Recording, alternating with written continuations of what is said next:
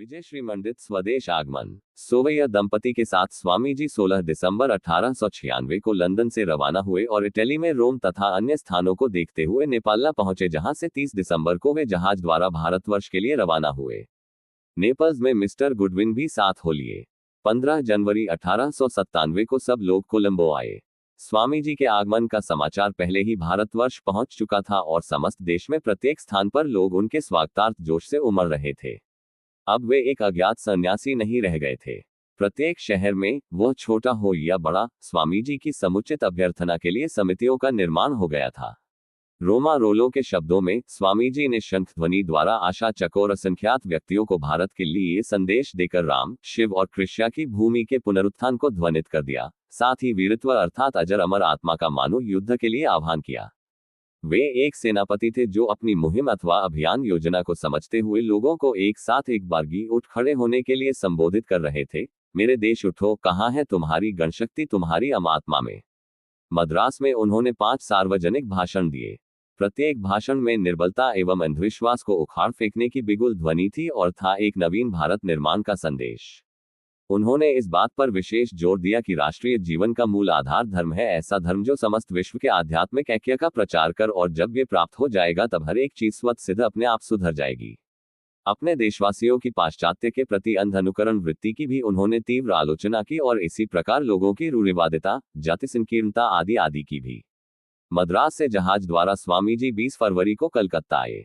इस मात्र नगर ने उनका भव्य स्वागत किया और यहाँ उन्होंने अपने गुरुदेव भगवान श्री रामकृष्ण के संबंध में हृदयस्पर्शी भाष्य व्यक्त किए। यदि मैंने कभी भी मनसा वाचा कर्मणा किसी भी चीज की उपलब्धि की है, यदि मेरे मुंह से कभी एक भी ऐसा शब्द निकला है जिससे संसार में किसी को लाभ हुआ हो, तो इन सब के प्रति मैं यही कहूंगा, इसमें मेरा कुछ नहीं है, सब कुछ उन्हीं का रहा है।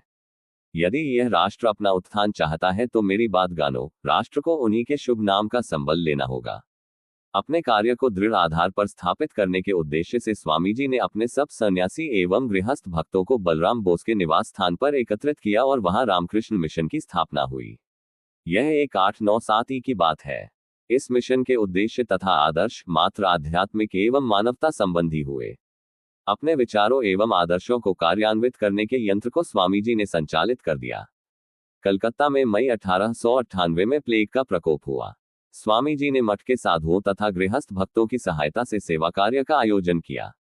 रमेश के उपशम हो जाने पर स्वामी जी अपने पाश्चात्य भक्तों के साथ नैनीताल गाथा अल्मोड़ा के लिए रवाना हुए। यह अवसर मुख्यतः उनके पाश्चात्य शिष्यों के लिए शिक्षा दीक्षा का था, विशेषतः भगिनी निवेदिता के लिए। इनमें से कुछ भक्तों को साथ लेकर 16 जून को स्वामी जी ने कश्मीर के लिए प्रस्थान किया। ये कश्मीर यात्रा स्वामी जी तथा उनके शिष्यगण दोनों के लिए अविस्मरणीय रही। जुलाई अंत में स्वामी जी भगिनी निवेदिता के साथ पुण्य क्षेत्र अमरनाथ मंदिर के दर्शन के लिए चले। स्थानीय लोकाचार एवं रीति रस्म के छोटे बड़े सभी अनुष्ठानों का पूर्णतः पालन करते हुए स्वामी जी 2 अगस्त को अमरनाथ गुफा पहुंचे। केवल कौपीन धारण कर और पूरे शरीर में भाम लगाकर उन्होंने गुफा में प्रवेश किया। पूरी देह मानो भावात्मक संवेग ने सिहर उठी थी। एक महान रहस्यपूर्ण अनुभूति उनमें व्याप्त हो गई, ऐसी कि उसके बारे में कभी कुछ नहीं कहा, केवल इतना ही संकेत किया कि भगवान शंकर उनके सम्मुख साक्षात प्रकट हुए थे। इसके बाद वे अकेले नितांत एकाकी मां दुर्गा के मंदिर क्षीर भवानी गए, जो श्रीनगर से कुछ ही मील दूर था। यहाँ स्वामी जी को एक दूसरा चिरस्मरणीय अनुभव हुआ। वे मां के भाव में मानो ओतप्रोत थे और स्वरचित एक कविता से उद्धृत करते हुए इतना ही कहा, वह सब सत्य सिद्ध हुआ एक एक अक्षर, और मैंने उसे सिद्ध कर दिखाया, मैंने साक्षात मृत्यु का आलिंगन किया। 18 अक्टूबर को जब वे कलकत्ता पहुंचे तो वे बहुत कमजोर थे, पीले, अनेक व्याधि युक्त। इस पर भी वे विभिन्न कार्यकलापों में व्यस्त हो गए। गंगा के पश्चिम किनारे पर कलकत्ता से 5 मील दूर बेलूर में एक भूखंड ले लिया गया था और इसी पर मठ के निर्माण का कार्य प्रारंभ हो गया था। 1899 जनवरी में सन्यासीगण मठ के नए भवन में आ गए। यही आज का बेलूर मठ है। निवेदिता गर्ल्स स्कूल का उद्घाटन पहले ही हो चुका था।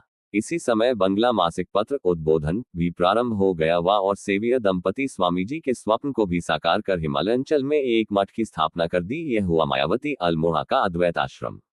अंग्रेजी मासिक प्रबुद्ध भारत का प्रकाशन मद्रास में पहले ही आरंभ हो गया था, किंतु 1898 में इसके संपादक का निधन हो जाने से 1 मास के लिए प्रकाशन स्थगित करना पड़ा। यही मासिक पुनः अल्मोड़ा से 1899 में प्रकाशित हुआ। इसके संपादक थे स्वामी विवेकानंद के एक शिष्य स्वामी स्वरूपानंद। तदनंतर यह पत्र अद्वैत आश्रम मायावती स्थानांतरित हो गया। इस अवसर पर मठ के सन्यासी एवं ब्रह्मचारियों को स्वामी जी तीव्र आध्यात्मिक जीवन एवं सेवा के लिए उत्कट रूप से प्रेरित करते थे, जिससे उन्हें स्वयं मोक्षलाभ हो तथा मानव समाज का हित हो। इसे ही स्वामी जी आत्मनो मोक्षार्थ जगत दिताय च कहते थे। स्वामी जी का स्वास्थ्य गिर रहा था, किंतु उनके गुरु भाइयों ने इस विचार से कि संभवतः इससे उनका स्वास्थ्य सुधर जाए, उनके दोबारा पाश्चात्य गमन की योजना का स्वागत किया।